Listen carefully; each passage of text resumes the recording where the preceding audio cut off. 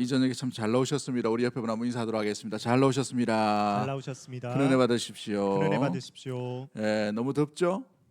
어제도 덥고 오늘도 덥고 뭐 며칠 전에는 갑자기 소나기가 내려가지고 날씨가 완전히 동남아 날씨가 아닌가 싶을 정도로 비도 많이 오고 오늘도 굉장히 더운 것 같아요.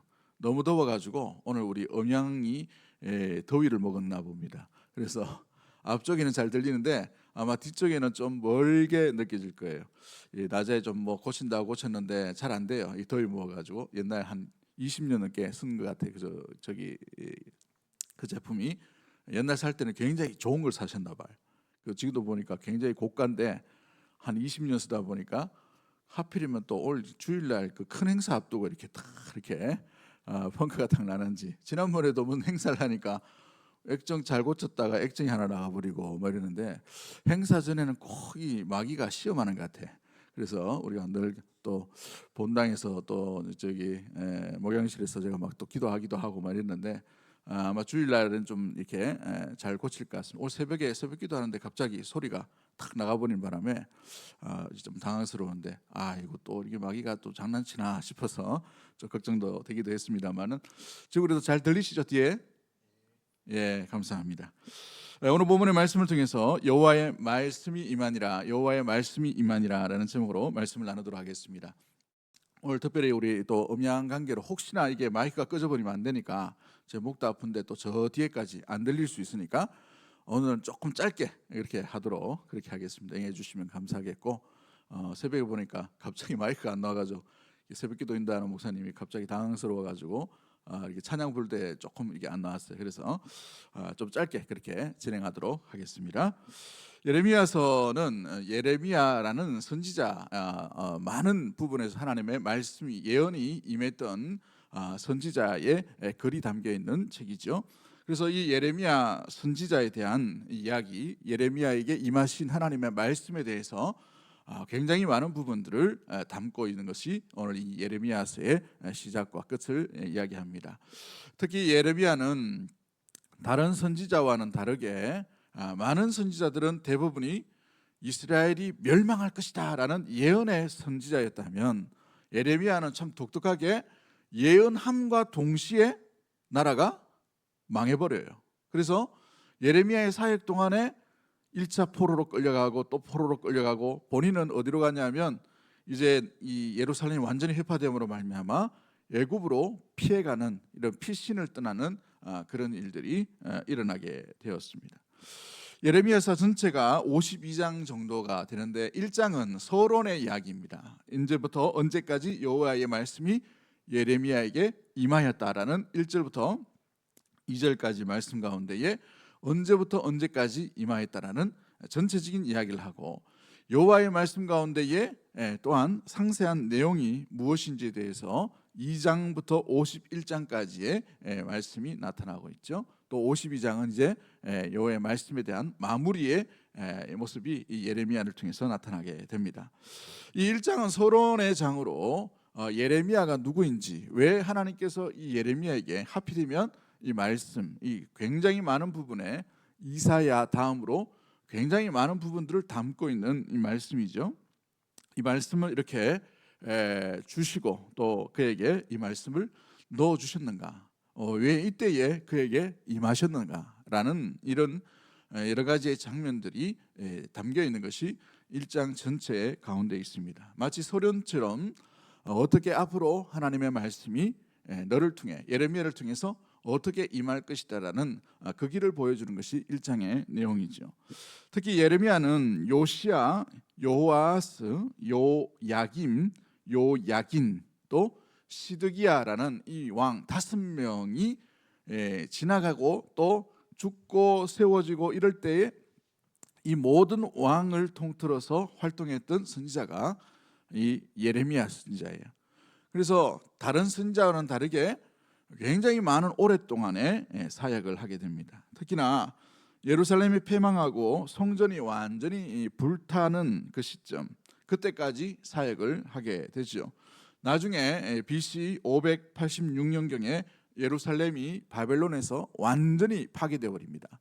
완전히 파괴될 때 그때도 여전히 시위대 뜰에 갇히기도 하고 또 포로로 끌려가기도 하면서 예언을 했던 선지자가 바로 예레미야 선지자입니다. 엄청난 재난 속에서도 그가 애굽으로 피신을 하는데 그 피신해서까지도 애굽에서도 하나님의 말씀을 예언하는 선지자로 남아 있습니다. 전설에 의하면 이 예레미야 선지자는 자연사했다라고 이렇게 표현되어 있어요. 다른 선지자들과는 좀 다르게 애굽으로 가서 거기에서 나이가 많음으로 말미암아 자연사했다라고 이렇게 종종 얘기합니다. 예레미야의 별명은 눈물의 선지자로 이야기하고 있죠. 예레미야서 9장과 14장, 13장 또 31장에 보면 자기가 이 눈물로서 예언한 것에 대해서 눈물의 선지자에 대해서 굉장히 많이 이야기합니다. 모니터도 가고 오늘 뭐 이게 빨리 설교 끝내라고 막 이렇게 난리네 막. 예, 이 눈물의 선지자로 이렇게 표현되고 있어요. 이 보시면은 슬펐다, 탄식했다, 고통했다, 마음이 찢어진다 이런 표현들이 굉장히 많이 나옵니다. 한번 잘 보시면 이사야는 그래도 희망을 전하는 희망의 선지자예요. 왜냐하면 이 어린 삭 또 이 뭐예요 주님께서 고난 당하시지만 그럼에도 불구하고 유다의 한 지파 가운데에서 한 줄기의 그 빛으로 이방의 빛으로 메시아에 대한 이야기를 했다면 희망의 선지자로 이야기할 수 있다면 예레미야는 그런 게 잘 없어요. 고통과 절규와 절망과 나라가 망하는 것을 다 지켜보고 있어요. 그 가운데 얼마나 많이 마음이 상했겠습니까? 그 가운데 하나님께서 주신 말씀이 예레미야서의 내용이죠. 오늘 본문에서 우리가 몇 가지를 살펴보겠지만 첫 번째로 우리가 기억해야 될 것은 무엇보다도 하나님이 왜 예레미야에게 임하셨느냐라는 이야기입니다. 1절부터 6절까지 말씀 가운데 하나님은 강한 자도 사용하시지만 매우 약한 자도 충분하게 사용하시는 은혜의 하나님인 줄 믿습니다. 여러분 보시면 이 예레미야가 어떤 사람인지가 1장부터 상세하게 1장 1절부터 상세하게 나오죠. 어떤 회사에 사람을 뽑을 때는 그 회사에 정확하게 맞거나 아니면 여러 지원자들 중에 좀 탁월한 사람을 고르어서 이렇게 또 뽑으려고 합니다. 자격이 있는지 능력을 갖추고 있는지 보고서와 또 여러 가지 자격증은 뭐가 있는지 이런 걸 본단 말이죠. 우리 교회 부목사님들도 자격증이 있어요. 어떤 자격증이냐면 국가 자격증이 있습니다. 그 국가 자격증이 일종 보통 운전을 할 수 있는 목사님들이에요. 이게 있어야 돼, 사역을 할 수 있죠. 그죠?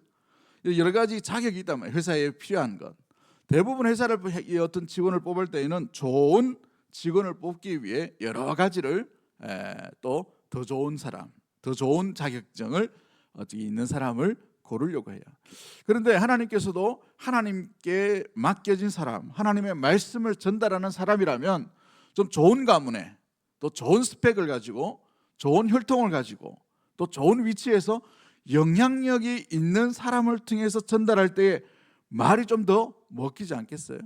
궁중에 있는 선지자거나 아니면 제사장 중에 유력한 사람들, 왕과 친한 사람들, 또 왕족 가운데 좀 유력한 사람들을 하나님께서 딱 부르셔가지고 내가 앞으로 너에게 나의 말을 맡기겠노라 라고 하시면 하나님의 사역도 뿐만 아니라 하나님의 말씀이 그들에게 좀 더 쉽게 전달되게 이렇게 되지 않겠어요? 그죠? 오늘날 치면 뭐 이렇게 뭐 국가 권력자 중에 한 사람 아주 또 깨끗하고 가문도 좋은 그런 사람에게 뭔가 이미지 또 어떤 미래를 딱 이렇게 주신다면 굉장히 이 백성들을 이끌거나 백성들이 죽게 돌아오거나 또 여러 이 나라에 대해서 하나님께 돌아가는 놀라운 일들이 쉽게 이루어질 수 있지 않을까 생각이 돼요. 그 당연한 이야기죠. 그런데 오늘 본문에 보시면 나타나는 1장 1절에 이 예레미야의 출신을 한번 보십시오. 같이 한번 볼까요? 시작. 베냐민 땅 아나돗의 제사장들 중 hil기야의 아들 예레미야의 말이니라. 이걸 보시면 우리가 그냥 읽으면 그냥 뭐 똑같은 선지자 아닌가? 베냐민 땅 아나돗, 그죠? 이 아나돗이라는 위치와 hil기야의 아들이라는 이 혈통 가운데 있는 이 부분이 굉장히 예레미야의 출신을 보여주고 있어요. 이 아나돗이라는 지역은 이 지도를 보시면 잘 보이실려나 모르겠지만 이 사해의 중간 그 위에 지역이에요. 그죠? 잘 보시죠? 잘 보이죠? 여기 보시면은 베냐민이라고 되어 있는데 베냐민 지파입니다. 아주 작은 땅 중에 아나돗이라는 그 지역이 있어요. 도시인데 이 도시는 베냐민 지파들 중에 레위인에게 할량된 도시가 아나돗입니다. 그래서 이 지역은 레위인만 살게 되어 있어요. 그러니까 예레미야는 어디 출신이란 말이에요? 레위인 출신이란 말이에요. 제사장 그룹이란 말이죠. 그런데 잘 보시면 사회 잠깐 위에 거기 위에 있어요. 그죠? 사회 위에 예루살렘 좀 위에 이렇게 있어요. 4.8km 정도 떨어졌다고 합니다. 4.8km. 4.8km 정도면 여기에서 우리가 뭐 한 CG 정도 뭐 이렇게 되겠죠. 가까워요. 가까운데도 불구하고 이 위치가 어떤 위치냐 하면 이 다윗의 이제 전성기 때에 다윗이 후계자로 솔로몬을 세우죠. 솔로몬을 세워가는데 이 솔로몬이 세워지기 전에 이 왕자들 중에 욕심이 있는 사람들이 있었습니다. 그 사람들의 이름이 뭐예요? 아도니아라는 사람이죠. 이 아도니아라는 사람을 이 hil기야의 조상들이 아비아달이라는 제사장이 있는데 이 아비아달이 엉뚱한 데 가서 줄을 쓴 거예요. 솔로몬에 가가지고 줄 서야 되는데 아도니아가 좀 그럴싸해 보여요. 잘생겨 보여요. 뭔가 있어 보입니다. 또 리더십도 있어 보여요. 다윗의 몇 번째 아들 순서로 보면은 이 순서로 이제 왕위 계승이 순서가 있지 않겠습니까? 그 가운데에 좀 좋아 보여요. 그래서 엉뚱하게 아도니아에 줄 서서 이 아비아달이라는 제사장이 이 아도니아를 옹립하려고 했단 말이죠. 다윗이 살아있을 때에. 그런데 솔로몬이 등극하고 난 뒤에 이 아도니아 계열을 제사장이기 때문에 죽일 수는 없지만 예루살렘에 머물고 있던 이 집안을 몽땅 들어서 보낸 곳이 어디냐면 아나돗이에요. 그래서 추방된 곳이란 말이죠. 그러니까 이 유다의 지파 가운데에서 추방된 사람들이 살고 있던 제사장 그룹이 바로 이 아나돗에 살고 있다는 말이죠. 열왕기상 2장 26절에도 이렇게 분명히 나와 있는데 몰락한 제사장 그룹이에요. 몰락한 제사장 그룹. 그러므로 전혀 영향가가 없어요. 몰락했다는 말은 당시에 이제 왕정 시대가 마지막 때 가면 제사장들이 이 예루살렘 지역에 있는 제사장뿐만 아니고 다른 지역에 있는 제사장들은 밥 굶기 딱 좋은 직업이에요. 옛날 양반들이 몰락하고 난 뒤에 이 노비보다 더 못한 생활을 하지 않습니까? 그것과 똑같은 그런 위치가 이 몰락한 제사장 그룹의 가정이었다는 말이죠. 그래서 이 예레미야는 이 예루살렘이 바라보고 있는 그 지역에서 몰락한 제사장 집안으로 빠듯하게 살아가는 이 잊혀진 가문, 잊혀진 모습들 가운데 있는 사람이 바로 이 예레미야의 가문이 있다라는 것을 이야기해 주고 있어요. 또한 이 예레미야는 6절 말씀해 보시면 나는 아이다라고 되어 있어요. 아이다. 나이가 많다는 말입니까? 적다는 말입니까? 두 가지 의미가 있죠. 나이가 매우 어리다라는 거예요. 청소년기 아니면 우리가 생각하는 청소년기 아닙니다. 열 몇 살 되면 그때 당시에는 굉장히 그래도 어른 쪽에 이렇게 들어가는 그런 사람인데 20살 아래 위로 되지 않았을까라고 성경학자들 추정해요. 그럼에도 불구하고 많은 선지자들보다는 굉장히 빠른 나이에 주의 부르심을 받은 사람입니다. 그러니까 젊은 나이이기 때문에 노련한 제사장, 노련한 이 어떤 선지자 그룹과는 상당히 차이가 있는 사람이 예레미야예요. 또 이 예레미야의 특징이 뭡니까? 6절 말씀 보시면 말을 할 줄 몰랐다고 돼 있죠. 슬프도소이다 주 여호와여 보소서 나는 아이라. 말할 줄을 뭐 한다고요? 알지 못한다. 왜 말을 못할까요? 전문적인 제사장의 교육을 못 받았기 때문에 그런 거예요. 뭔가 이 왕정이나 아니면 혈통이 좋은 그런 가문이나 예루살렘 지역에 같이 가 있었으면 좋은 교육과 좋은 어떤 영향력들 많이 배워서 어찌 보면 제사를 드릴 때에도 또 말씀을 전할 때에도 굉장히 유력하고 유리한 그런 교육들을 전혀 상관이 없었던 사람이 바로 이 예레미야라는 사람이라는 말이죠. 여러분, 왜 이 어찌 보면은 잊혀진 가문, 아무도 주목하지 않는 가문, 이 가문에서 뭔가 외치고 말을 해도 왕이나 또 당시에 있는 사람들이나 이 유다에 있는 모든 사람들이 아무도 주목하지 못할 이 사람에게 하나님께서 임하셨을까? 그 이유가 뭘까요? 이 마지막 남유다가 멸망하기 전의 상황을 한번 잘 보셔야 됩니다. 이때의 상황은 왕은 이미 타락한 상황이었어요. 좋은 왕들도 있었지만 왕이 하나님을 찾지 않은 상황이에요. 또 제사장 그룹들이 있지만 제사장들은 친왕정 정책을 세우기 때문에 왕과 밀접한 관계가 있어요. 왕이 제사장을 폐해버려요. 왕이 제사장을 보내버립니다. 그렇기 때문에 왕과 제사장은 밀접하게 붙어있는 어찌 보면 밀착 관계에 있는 상황이에요. 그런 제사장이 왕에 대해서 쓴소리를 할 수 있을까요? 못하는 거예요. 전혀 못하죠. 하나님의 말씀이라고 예언할 수 있을까요? 말씀을 전할 수 있을까요? 들려줄 수가 없는 상황입니다. 이 남유다의 마지막 세대는 또 선지자 역시도 타락한 시대예요. 왜냐하면 나라가 풍전등화에 있기 때문에 누구라도 부정적인 이야기를 하거나 안 좋은 이야기를 하면 어떻게 돼요? 굉장히 위험한 상황입니다. 예레미야도 이 하나님의 말씀을 말씀대로 온전히 전함으로 말미암아 시대뜰에 갇혀지는 일까지 일어나게 된 상황 가운데 있단 말이죠. 말씀을 전하는 선지자 역시도 타락해 버렸어요. 하나님의 말씀을 말씀대로 온전히 전하지 못하는 그런 모습들이죠. 말씀이 막혀버렸다는 말이에요. 말씀이 백성에게, 말씀이 왕에게, 말씀이 남유다 가운데 온전히 전달할 방법이 없는 그 상황 가운데 하나님이 찾으신 분이 누구냐? 하나님이 찾으시는 사람이 누구냐 하면 아무도 그들떠보지 아니하고 아무도 찾지 아니하고 아무도 주목하지 않는 이 연약한 아이에 있는 예레미야를 찾으셨다는 사실이죠. 우리 하나님은 성경 말씀을 잘 보시면 이와 같은 방법으로 하나님의 하나님 되심과 하나님의 일을 이루어 가시는 것을 종종 보게 됩니다. 아버지로부터도 외면당하고 형들로부터 무시당했던 어린 목동이었던 이 다윗을 하나님이 끝까지 내 마음에 합한 자라고 찾으시는 것을 보게 되죠. 마찬가지죠. 어찌 보면은 혈기왕성하고 힘도 좋고 남자답고 이런 이 에서를 찾으신 것이 아니라 조용하고 집에서만 지냈던 이삭을 찾으시는 것을 보게 됩니다. 400년 노예 속에 이 하나님의 구원의 도구로 누구를 삼으십니까?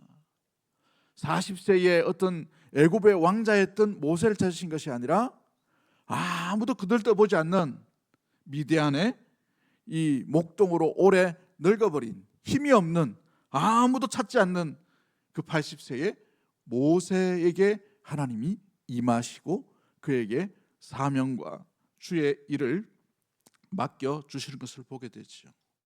이것이 신약에도 마찬가지입니다. 우리 예수 그리스도께서 어떻게 오셨습니까? 화려한 헤롯의 왕궁에 오신 것이 아니에요. 저 로마의 네로의 궁전에서 태어나신 것이 아니라 아무도 그들떠보지 않는 베들레헴의 마구간에 탄생하셨어요. 이것이 하나님의 방법이신 것이죠. 왜 이와 같은 연약한 자를 사용하실까요? 연약한 가운데에 전혀 영향력이 없을 것처럼 보이는 그런 사람에게 하나님께서 끝까지 찾아가셔서 그에게 하나님의 말씀, 하나님의 일을 맡겨주실까요? 이 상황들은 의지할 것이 하나님밖에 없는 거예요.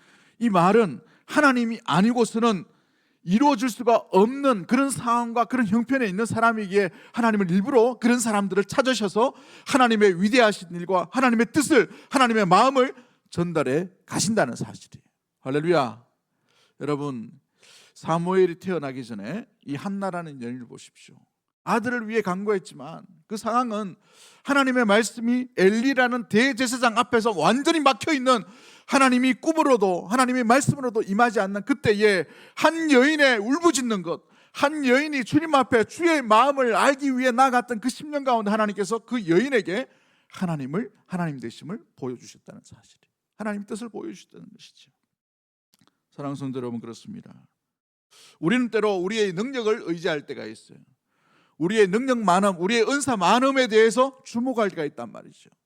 우리는 뭔가 우리가 갖춰야 될 것, 있는 것, 우리가 얻을 수 있는 것, 뭔가 옆에 있으면 힘이 될 만한 것, 숫자와 재정과 어떤 명예와 어떤 힘과 건강과 이런 모든 것들을 우리는 제일 먼저 생각하는 것을 바라보게 되죠.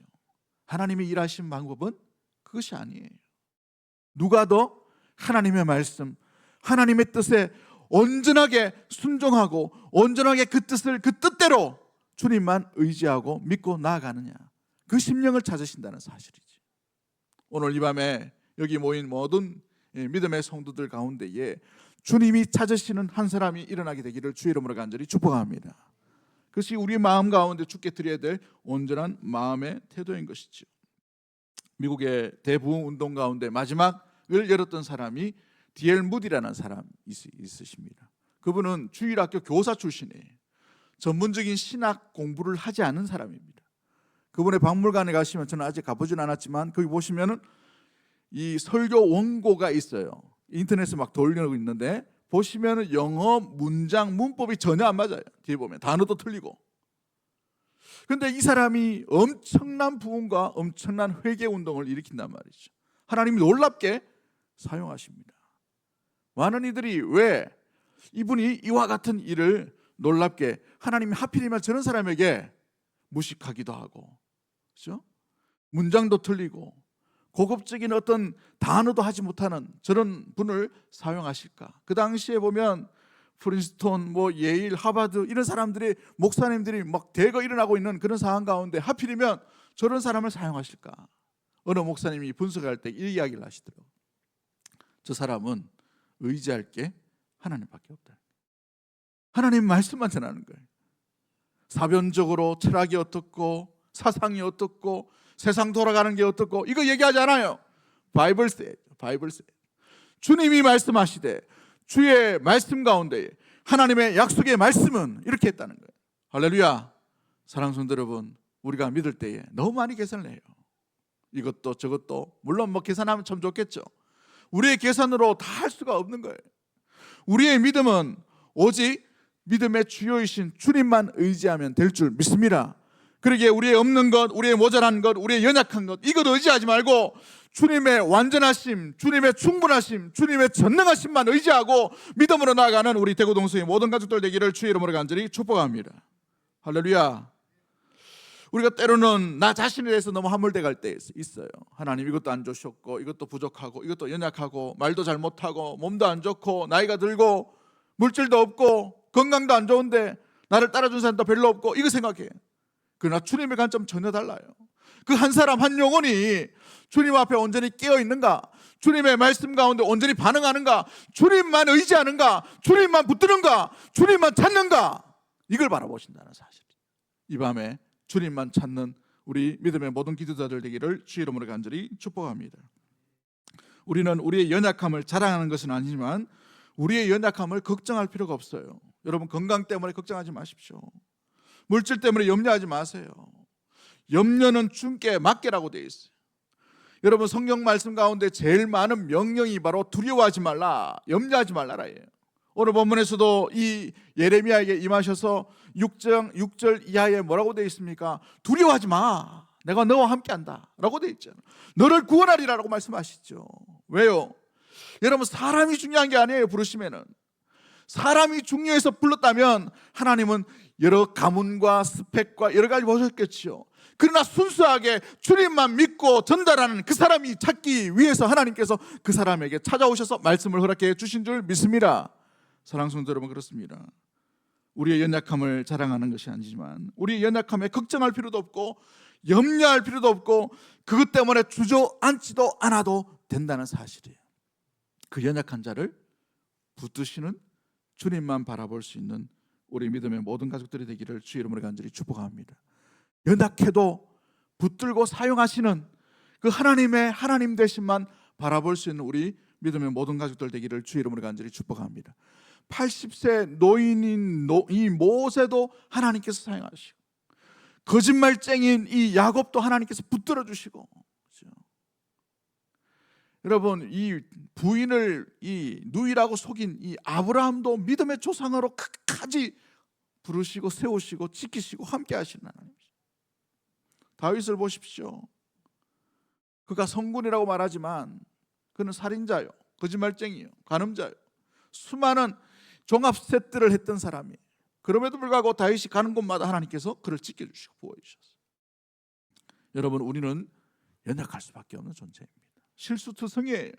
우리 내면을 보십시오. 얼마나 약하고 또 우리 내면 가운데 얼마나 더러운 것들이 많이 있는지 우리 스스로가 알지 않습니까? 남에게 보여줄 수는 없고 드러내 보여줄 수는 없지만 우리 스스로가 잘 알고 있는 부분이죠. 그러나 그런 연약한 자를 찾아오셔서 끝까지 우리를 하나님의 자녀 삼아주신 줄 믿습니다. 그 하나님께서 우리를 자녀 삼아주셨기에 신앙의 본질은 우리의 연약함에 메말라 있는 것이 아니에요. 주님의 전능하심 가운데 주님을 붙드는 것이죠. 그러므로 신앙의 본질은 주 예수 그리스도를 붙드는 믿음의 삶인 줄 믿습니다.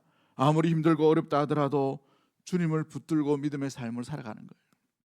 한 걸음 한 걸음 뒤뚱뒤뚱하고 비틀비틀하지만 그럼에도 불구하고 주와 함께 동행하는 그것을 주님께서 기뻐하시고 그 삶 가운데에 오늘 이 예레미야에게 말씀하신 것처럼 두려워하지 마, 걱정하지 마, 말씀으로 부르시고 세우시고 주의 일을 온전히 맡겨주시는 줄 믿습니다.